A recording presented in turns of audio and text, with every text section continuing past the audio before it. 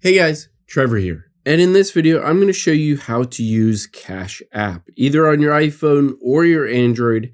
It's pretty quick and easy, so let's jump right in. Now, if you're first just signing up for Cash App, let me just log out of my account here.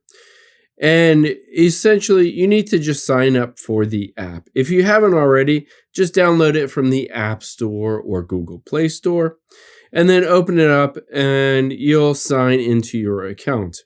Now, when you sign into your account, it says enter your phone number or email address. And then, of course, it will ask you for your name and your physical address.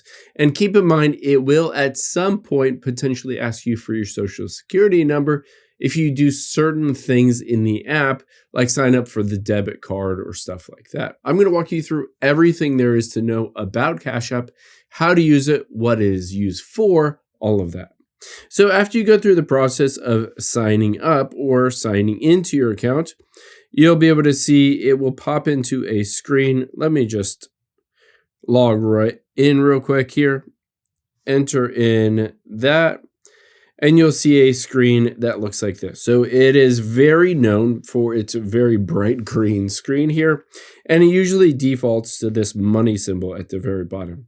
Now, essentially what Cash App at its core is an app that allows you to send and receive money through a bank. So it's kind of an intermediary. You add a debit card on there or a bank account, and then it will pull money from that bank account into Cash App, and then you can send it to someone else like a friend or something like that, and they can send money back to you. Now, the first thing that you want to do after you sign up is to tap on your profile at the top right. Because as I said, it's an intermediary, so we want to tap on linked banks here, and you want to link a debit card on here. If you haven't already, you can hit link new card or bank account, and then you can link a bank account, a debit card, or link a credit card, but keep in mind it does have a 3% fee associated with it. Again, because you're going to be pulling money from that debit card, from the checking account or savings account, whatever it may be, and then using it in the Cash App app. Now, let's go back out here after you've already set that up. When you initially sign up for Cash App, you'll be able to see it will give you this kind of cash tag. In my case, it starts with a $sign and it says Trevor Nace 10. It always starts with that $sign there. You can see it there. Essentially, that is how people send and receive money to you or from you. And essentially, this is your tag or username in the app.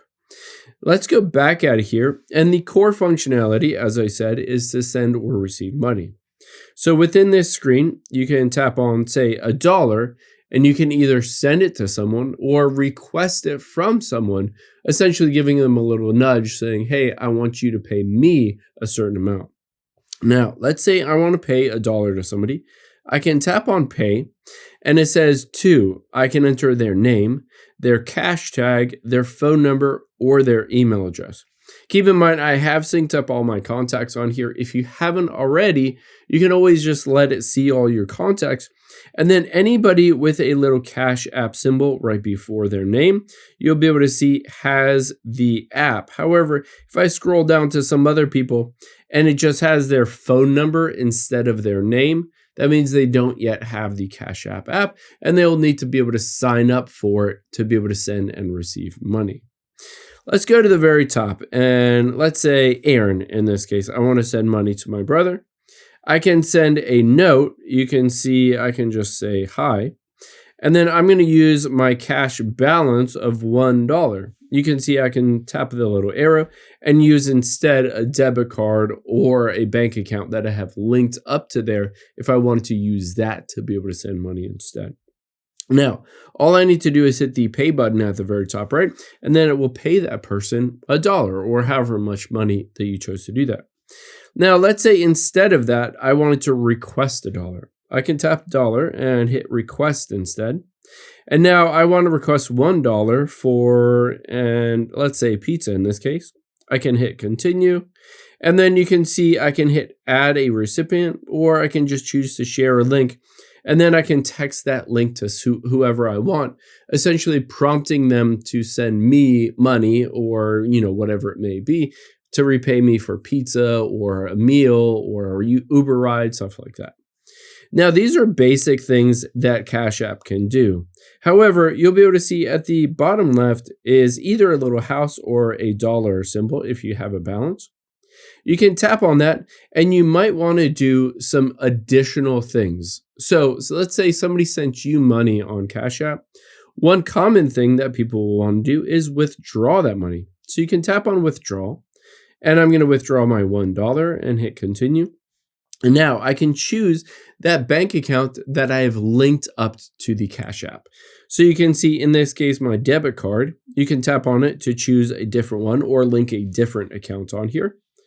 And then on here, I can choose to either get it standard, which is completely free, but it does take a couple business days, or I can choose an instant, but it does charge me a fee, in this case, 25-cent fee to be able to get it immediately. And then just hit the withdraw button and it will pull it from Cash App over to your bank account. Again, debit card, checking account, savings account, whatever you have.